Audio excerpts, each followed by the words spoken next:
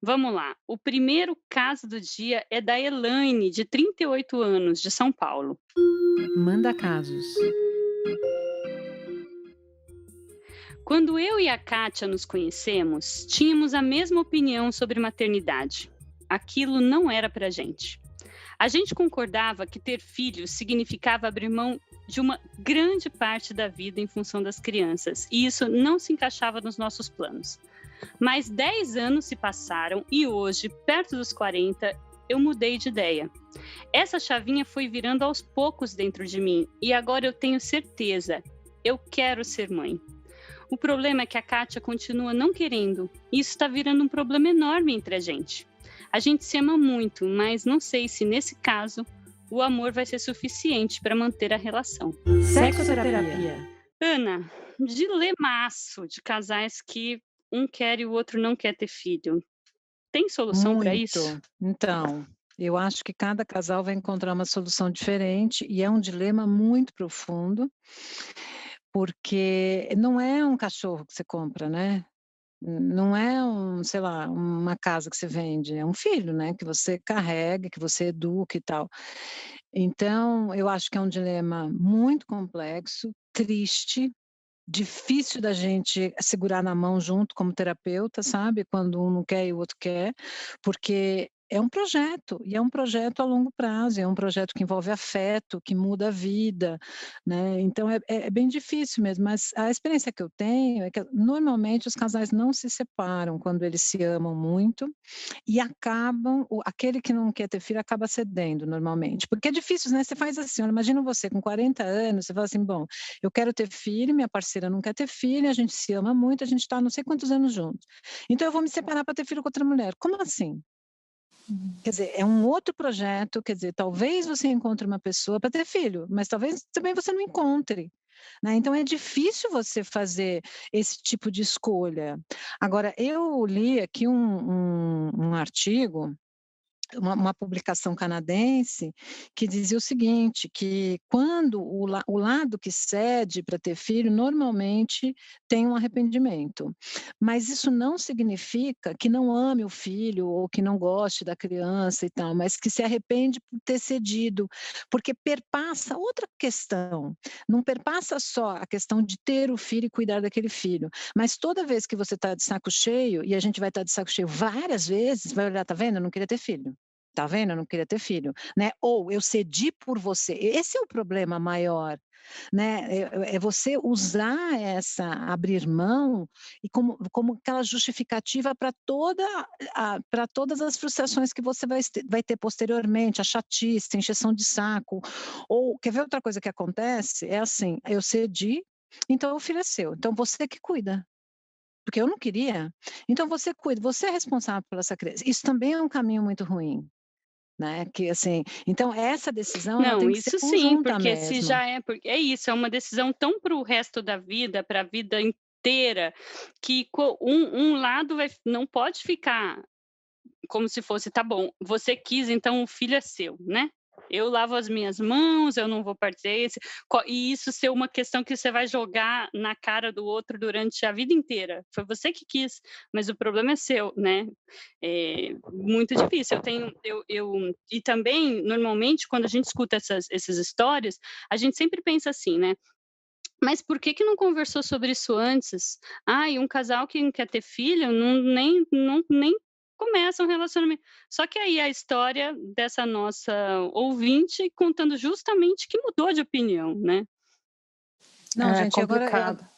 agora eu vou contar a minha experiência, depois eu vou passar pra Titi, porque a minha experiência é bem interessante nesse sentido, assim, da comunicação, da conversa. Gente, vocês me conhecem já, sabem como eu sou, a pessoa da fala.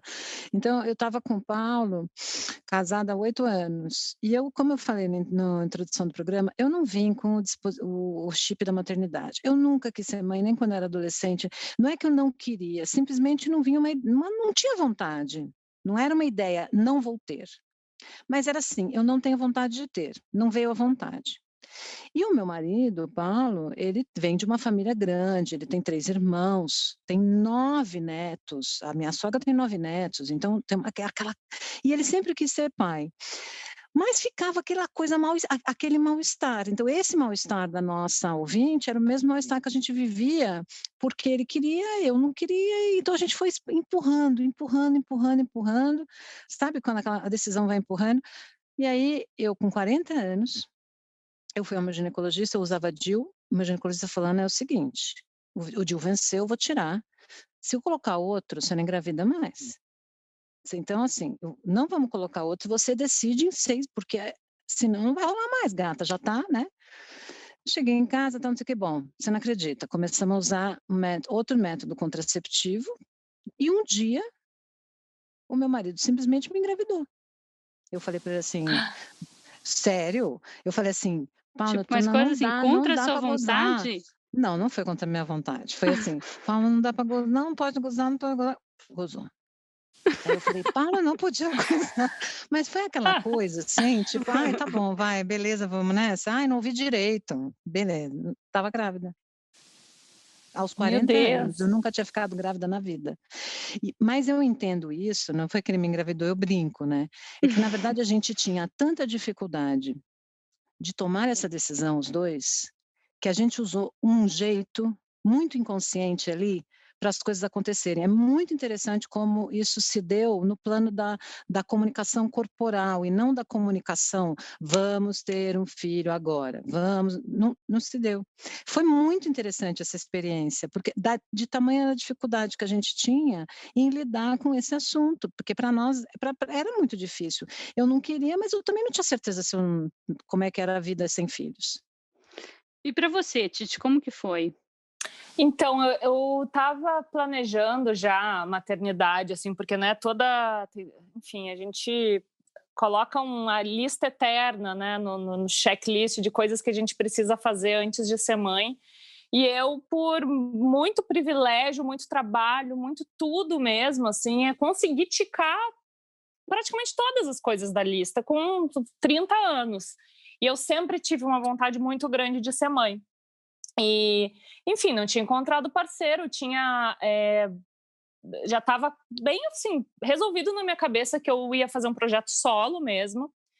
Ia engravidar, né, fazer uma FIV de um casal de amigos gays, ia ser tudo maravilhoso. Estava até conversando, de repente, com um ex-namorado que é super parceiro, bora lá, as ideias, né, achando que era a coisa mais simples do mundo.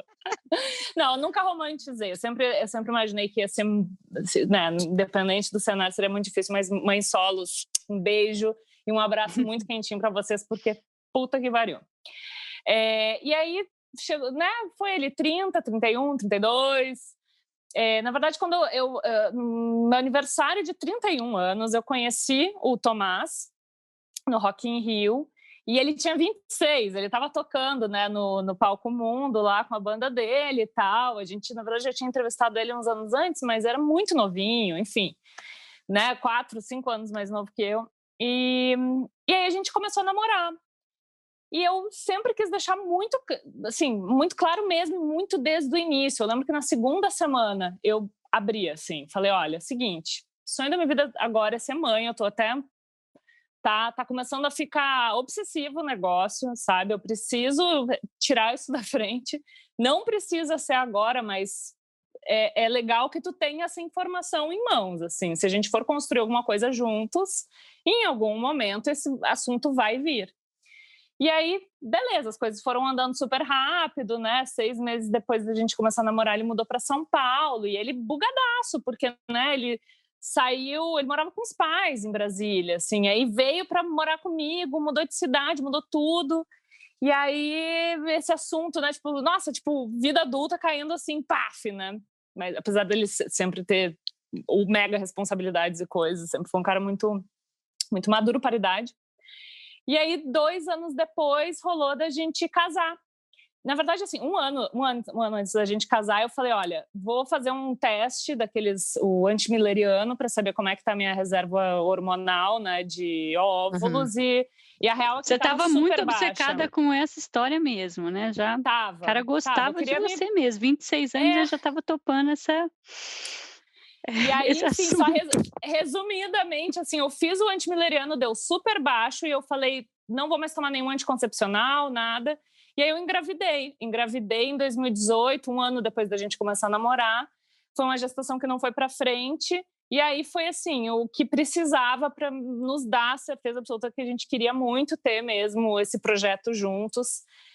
No final, acabou que foi bom, porque esse ano seguinte a gente fez tudo que a gente queria fazer juntos, separados, viajou, nossa, o diabo. E aí a gente casou um ano depois e na semana seguinte eu já engravidei e estamos aí nesse rolê. Mas olha que interessante, né? Quando você fala, assim, tem uma programação, né? Quer dizer, isso aqui está no meu projeto, você vai entrar nesse projeto, vamos entrar nesse projeto, vamos fazer isso. Você tem uma coisa interessante, né? Já tiquei isso aqui, eu vou, a gente vai fazer tudo. Olha que legal, a gente fez um monte de coisa, mas é muito legal, né? Quer dizer, você está falando de projeto mesmo, projeto em comum que vocês foram construindo, isso é muito bonito. Siga Universal UOL nas redes sociais e compartilhe com a gente a sua história. Quem sabe o seu dilema não é o próximo a ser tratado por aqui? Você pode ouvir esse e outros podcasts do UOL em uol.com.br/podcasts. Sexoterapia tem apresentação de Marina Bessa e Ana Canosa. Edição de áudio de João Pedro Pinheiro. Reportagem de Fernanda Colaviti. Produção de Laura Capanema. Coordenação de Juliana Carpanês.